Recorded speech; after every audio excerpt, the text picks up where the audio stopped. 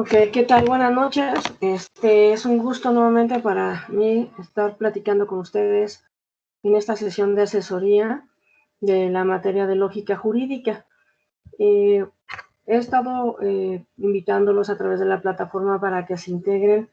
Me han comentado que pues, han estado un poco ocupados, que las condiciones laborales pues a veces no les permiten, pero bueno, no importa el hecho, aquí el objetivo más importante es que pues ustedes puedan tener acceso a estos videos de asesoría, que los vayan orientando sobre lo que se va viendo en cada una de las unidades del curso.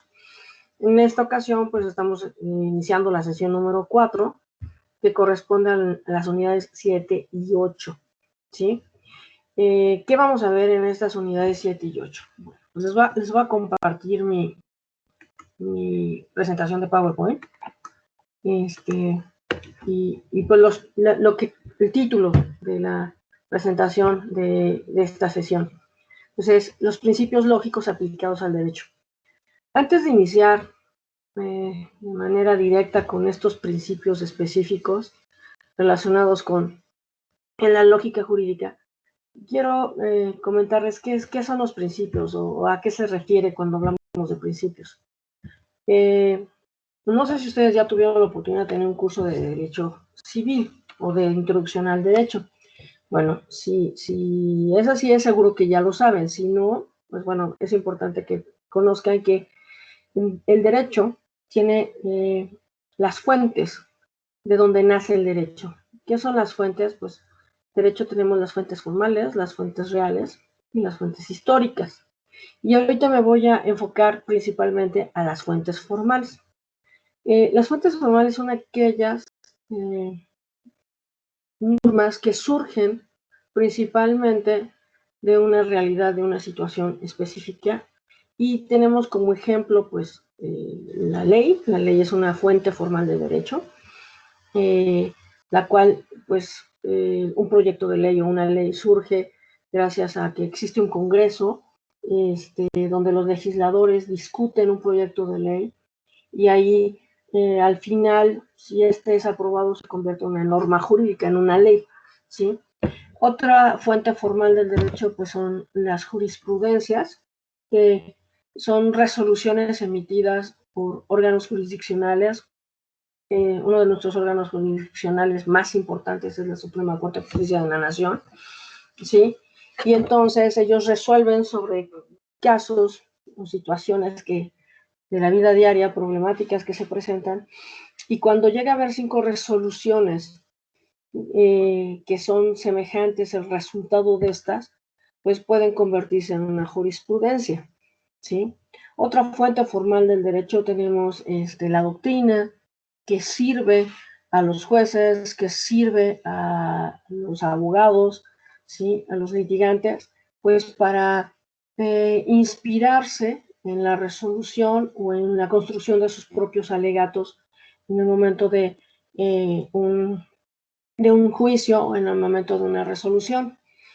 Las sentencias es otra fuente formal del derecho, y las sentencias son las resoluciones que los jueces emiten al momento de dar el resultado, su veredicto en relación con el asunto que se presentó o que se discutió. Ahora bien, también forman parte de las fuentes formales los principios generales del derecho. ¿Qué son en sí los principios generales? ¿O para qué nos sirven? Bueno, son los jueces, los abogados, se ayudan con estos para interpretar, para resolver situaciones relacionadas con un asunto determinado, ¿sí? Existen más de 100 principios generales del derecho y siempre o continuamente son utilizados estos principios para poder resolver asuntos, para poder interpretar situaciones que se presentan. Los utilizan los jueces, estos principios son utilizados también por los ministros o por los magistrados o incluso por los mismos abogados litigantes, y estos pues de cierta manera coadyuvan en el trabajo jurídico que realizan que se realiza en el ambiente legal. Ahora bien, en la lógica jurídica, como se llama esta sesión, la número 4, se llaman principios lógicos aplicados al derecho. Y vamos a ver 4 principios, ¿sí?, en este momento, que son muy importantes o que son utilizados sobre todo en la lógica jurídica. Aquí tenemos el principio de identidad, el principio de contradicción, el principio de tercero excluso, el principio de razón suficiente y el principio de casualidad jurídica. Y vamos a ir viendo cada uno de estos y qué es lo que representan ellos. ¿Cuáles son las características de estos principios lógicos? ¿Sí? Bueno, pues esa es una de las primeras interrogantes que nos vamos a enfrentar nosotros, ¿sí? El derecho, ya se los acabo de mencionar, tiene principios que ya se encuentran establecidos y que le permiten a los postulantes, a los litigantes, a los jueces, moverse de cierta manera en el campo de los procesos y sobre todo en el momento de la interpretación de las leyes. Los principios ayudan a interpretar las leyes, ¿sí? Por lo que de cierta manera son un apoyo que se utiliza dentro de lo que es el derecho. Aquí nos menciona en la presentación que, pues bueno, todas las ciencias, en efecto, todas las físicas, las sociales, las naturales, etcétera, tienen principios. Y esos principios principalmente son juicios. Si estos no existieran, pues sería imposible construir un sistema de relaciones y finalmente la ciencia pues, los requiere, los necesita para poder llevar a cabo sus actividades. Los principios lógicos, ¿sí?, también son juicios, son afirmaciones, pero en vez de construir el punto de partida de un determinado sistema de relaciones, o sea, ¿esto qué quiere decir? De una determinada ciencia, los principios constituyen el punto de partida de toda ciencia, que son principios del pensamiento mismo. A lo mejor pudiera parecer un poquito confuso, pero ya que vayamos viendo cada uno de estos, los vamos a entender un poquito mejor, ¿vale? El primero que vamos a ver es el principio de identidad. ¿En qué consiste este principio de identidad? Pues aquí nos menciona que es un principio lógico, clásico, ¿sí? Y el cual nos señala que las cosas son como son. Por ejemplo, el principio de identidad nos dice, toda cosa es idéntica a sí misma. O sea, la cosa es porque se es. Y si nosotros lo tenemos que interpretar, un ejemplo muy claro, A definitivamente es A, ¿sí? O A es igual a A. O sea, no hay contradicción. Incluso es un principio propuesto por la época de Aristóteles, ¿sí?, donde la identidad, como aquí lo mencioné, es una especie de unidad del ser, ¿sí? Yo soy yo, ustedes son ustedes, pero no somos al mismo tiempo otro.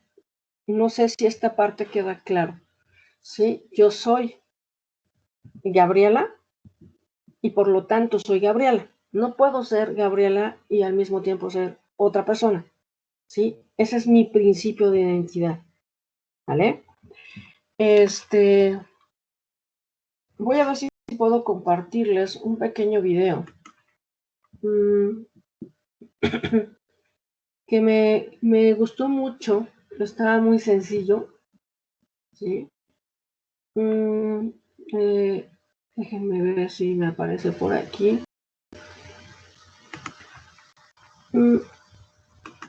Aquí está.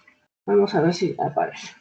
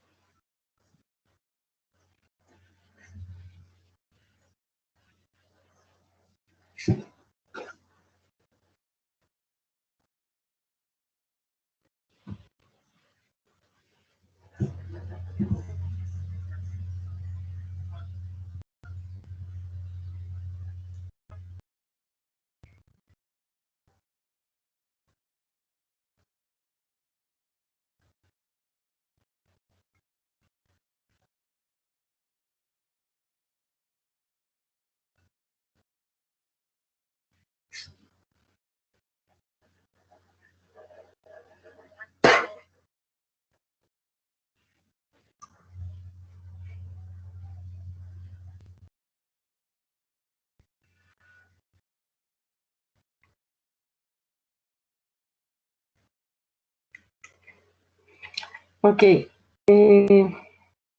Bueno, yo creo que queda un poquito claro con lo que este video nos habla, ¿no? A, definitivamente tiene que ser A, no puede ser otro. Yo no puedo ser otra persona, soy yo. Ese es mi principio de identidad. Entonces, eso es un supuesto en el cual Aristóteles nos habla sobre la unidad del ser independiente de las otras cosas que pueden estar existiendo, ¿vale? Para que hablemos más del principio lógico de identidad, pues es necesario que lo enunciemos de manera que diga algo con respecto a los pensamientos, que es lo que la lógica estudia y lo que el principio dice, entendido lógicamente, es que todo juicio analítico es verdadero, ¿vale? Ahora, vayamos con el principio de contradicción. Es el segundo de los 4 que vamos a ver en asesoría en esta sesión. Bueno, ¿qué señala? ¿A qué se refiere el principio de contradicción? Pues es un principio también clásico de la lógica y de la filosofía, según el cual una proposición y su negación no pueden ser ambas verdaderas al mismo tiempo y en el mismo sentido. Si estamos hablando de un principio de contradicción, es que el principio tiene también una versión ontológica. Nada puede ser y no ser al mismo tiempo, y en el mismo sentido, y una versión dosástica. Nadie puede crear al mismo tiempo y en el mismo sentido una proposición y su negación. O se es de una manera, o se es de una situación, o se es de la otra situación. ¿Sí? No puedes estar en ambas partes. Eso también es importante que se establezca.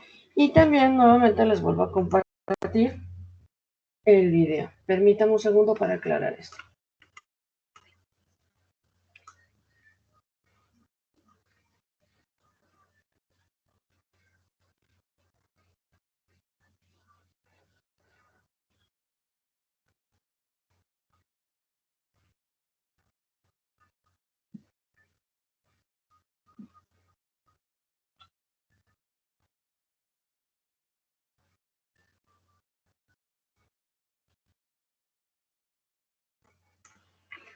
Bueno, entonces, pues creo que con eso también queda un poquito más claro, ¿no? O se es o no se es. O estás de un lado, si estás de un lado no puedes estar del otro lado, ¿sí? O sea, es bien importante que no te contradigas, como dice por ahí. Si dices una cosa, no puedes decir la contraria a esa cosa, ¿sale? O a ese argumento. Continuemos. En el caso ya referido a los juicios, el principio de contradicción dice que en ella hay una falsedad, pero la contradicción puede aparecer en un solo juicio o entre dos juicios. ¿Qué quiere decir esto? Referido a nuestro pensar, el principio se enunciará así. No podemos sino pensar que es imposible que algo sea y al mismo tiempo no lo sea. El principio de contradicción nos dice ya algo con respecto a esos juicios sintéticos, ¿sí? Y nos menciona que de muchas maneras, aquí incluso nos pone un ejemplo, ¿sí? De acuerdo con la posición de cada lógica, adopta, por ejemplo, ningún juicio es verdadero y falso.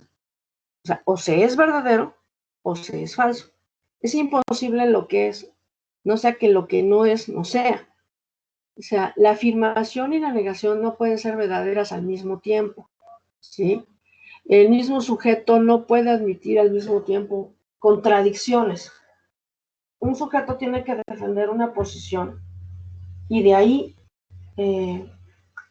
agarrarse, de ahí ser firme en sus argumentos y no puede en un momento al desdecirse o incluso contradecirse en sus propios argumentos, porque pues entonces obviamente en su juicio pues estaríamos en un verdadero error, ¿sale?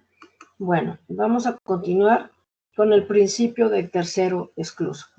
Vamos a iniciar ahora con el video. Espero que se pueda alcanzar a escuchar. Bueno.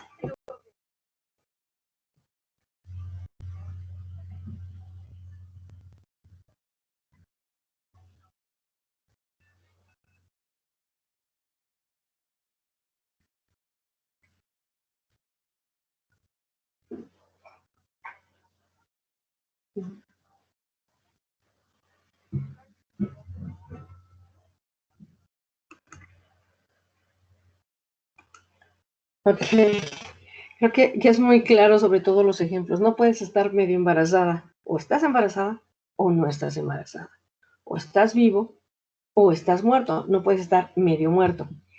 Este principio es uno de los principios que son fundamentales dentro de la lógica tradicional, y el propósito de este consiste en intentar aclarar la naturaleza de este tercero y el papel que desempeña incluso, ¿sí?, dentro de la lógica misma.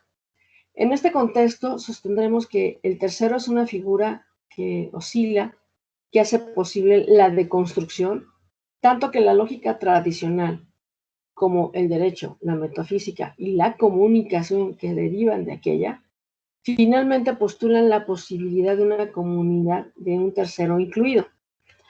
¿Cómo lo aplicaríamos dentro de la lógica jurídica? Bueno, principio es excluido frecuentemente se confunde con el principio de bivalencia, según el cual toda proposición o bien es verdadera o es falsa. Pero el principio del tercero excluido es, con el principio de no contradicción y el principio de identidad, una de las leyes clásicas del pensamiento lógico. Ahí es donde principalmente se presenta la diferencia. ¿Sale? Y por último, la sesión, les repito, y va a ser más breve, el principio de razón suficiente. ¿En qué consiste el principio de razón suficiente?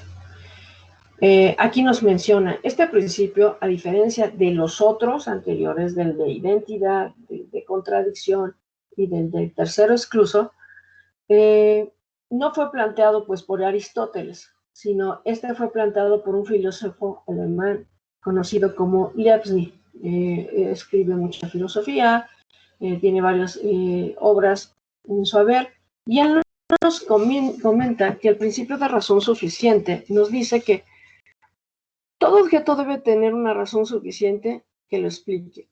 ¿Qué quiere decir? Las cosas, nada existe sin una causa, una razón determinante.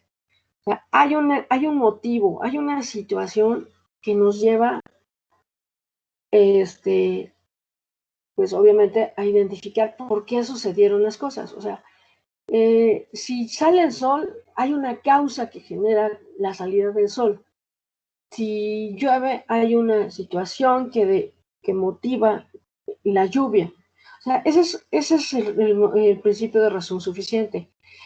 Lo que nosotros hacemos es investigar por qué suceden las cosas. Gracias a esto, gracias a que el ser humano no se conforma, gracias a ese instinto que tiene de curiosidad, ¿sí?, es que ha surgido tanto y tanto conocimiento en todos los aspectos de la ciencia, ¿sí? Entonces, aquí, si sucedió una determinada situación, de acuerdo a lo que nos menciona el principio de razón suficiente, algo llevó, algo orilló a que esto sucediera, ¿sí? Eh, nos da este principio una respuesta a una exigencia natural, ¿sí?, que es nuestra propia razón, según la cual nada puede ser nada más porque sí. O sea, las cosas no pasan porque sí, las cosas tienen una causa, algo motivó a que esto sucediera. Y pues vamos a verlo nuevamente, o vamos a escucharlo con este video.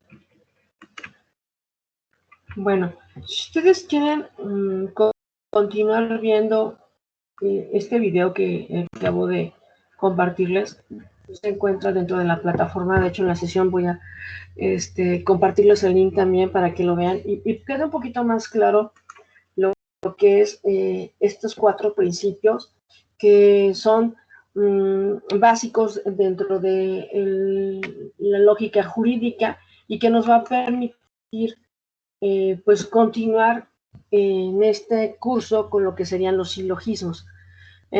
Normalmente nuestros razonamientos, o deben nuestros razonamientos, estar fundados sobre 2 grandes principios: el de contradicción, en virtud del cual juzgamos falso lo que implica contradicción y verdadero lo que es opuesto, o contradictorio a lo falso, y el de razón suficiente, en virtud del cual consideramos que no podría hallarse ningún hecho verdadero o existente, ni ningún enunciado verdadero, sin que haya una razón suficiente para que sea así y no de otro modo.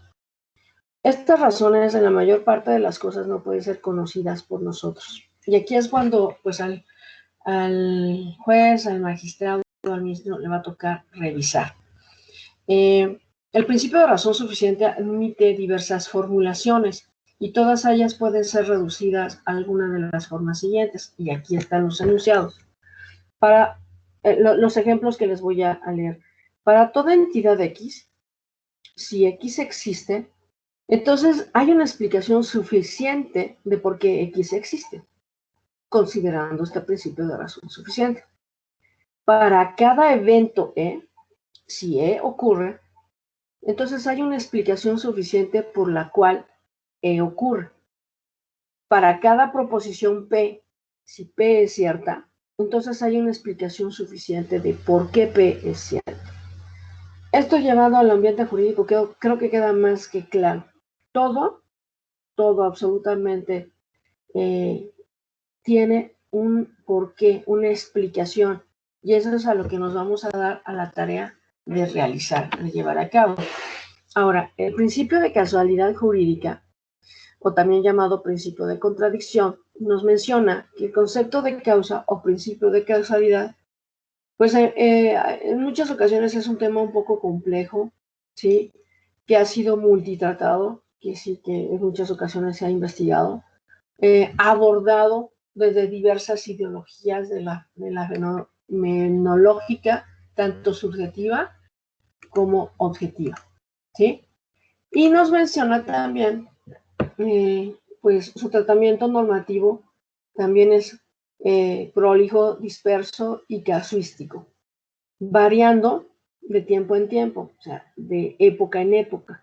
En la dinámica, búsqueda de mejores senderos para su entendimiento y aplicación, desde su aspecto científico hasta el de la ficción jurídica. Este principio procura su aproximación al andamiaje desde la óptica integradora de su aplicación médico-jurídica. Ahora sí, como dice aquí, dicho en otras palabras, desde la órbita científica y la ficción de atribución, desde luego con justicia, equidad, seguridad y certeza jurídica. ¿Vale? El derecho no ha sido excepción respecto del problema terminológico. Dependiendo del sistema o subsistema que observemos, tendrá sentidos diversos. La voz causa sustancialmente se encuentra relacionada con la filosofía y la teoría general del derecho. ¿Sí? En otro orden, el derecho penal, al igual que otras figuras jurídicas, el nexo entendido como causalidad lo retoma el civil y progresivamente lo matiza en su marco conceptual, principalmente en su enfoque de atribución, ya sea elemento objeto del tipo penal, aspecto de la antijuridicidad o en la culpabilidad, como imputabilidad o el juicio de reproche. Son conceptos que igual posiblemente no están tan familiarizados, son conceptos jurídicos, desconozco si han tenido ya algún curso de derecho penal, pero son atribuibles a esta rama del derecho, que como ya lo saben ustedes es parte del derecho público. Ahora bien, en esta sesión tenemos una actividad. No, yo les pido por favor que no olviden contestarla. Tiene un 13% de ponderación que va a ser parte de su calificación final. Entonces, pues tenemos, me parece que hasta el domingo para poder llevar a cabo esta evaluación parcial. Les recomiendo mucho que escuchen o vean los videos que se encuentran dentro de las sesiones. Les van a servir mucho, sobre todo para repasar lo visto y pues obviamente entender de mejor manera lo que son el curso de lógica jurídica y lo que se está viendo sobre todo y principalmente en esta sesión 4. Ojalá y si tuvieran alguna duda, alguna pregunta, pues me la hicieran saber, me compartieran sus dudas, sus inquietudes, pues porque son importantes sobre todo para que ustedes entiendan un poquito más de lo que es la lógica jurídica, los principios que son parte medular de los juicios. Recordemos nuevamente, los principios sirven para ayudar a la interpretación de las leyes. Las utilizan regularmente todos los que se encuentran involucrados dentro de un ambiente jurídico. Entonces, pues son importantes porque van a ayudarnos a resolver, a aclarar esas dudas que a veces en las normas jurídicas surgen. Y pues estos 4 principios, pues sobre todo se van a utilizar en lo que es la lógica jurídica, en el momento de la argumentación jurídica. No me queda otra más que pues despedirme. Les recuerdo, tenemos una evaluación que está pendiente, que les encargo muchísimo lleven a cabo. Y pues espero que la próxima semana pues, tengamos oportunidad de vernos y de platicar un poquito más.